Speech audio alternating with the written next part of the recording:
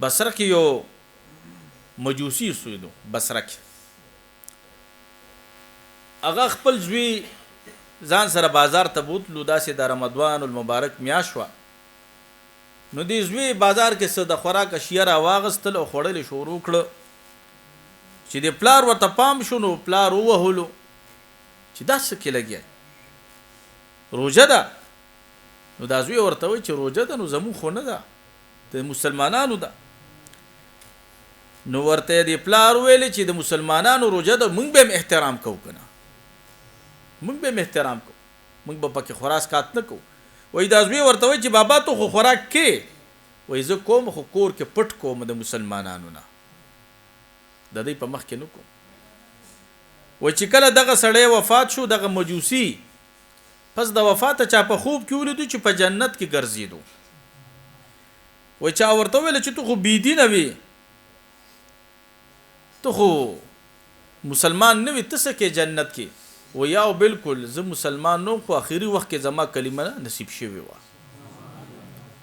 په ځنقدن وخت کې راته الله تعالی د کلمې د ویلو سعادت را نصیب کو دا د روجې د احترام په وجه باندې چې ما د روجې احترام کړ او دغه شان د روجې د احترام متعلق په درة الناصحین کې مرাজি چې یو شخص عام حالاتو کې به موږ ډیر زیات نه کولو خو چې کله د رمضان شریف میاشت رااله نو اهتمام سره منځونه نوافل تلاوت د کلام پاک شروع کړ چاته نه تاسو کو چې دا روزه کې ډیر ځان نه بزرګ جمیل جوړ کی او په عام حالات کې بیا پته نه لګي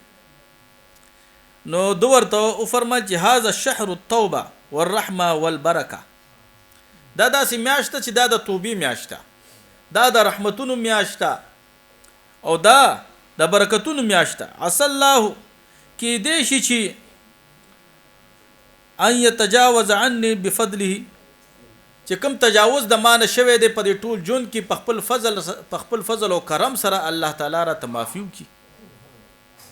نو درة الناصحین کې لیکي چې کله وای دغه شخص وفات شو پس د وفات چا په خوب کې ولیدو چې رب د سره سم معاملې وکا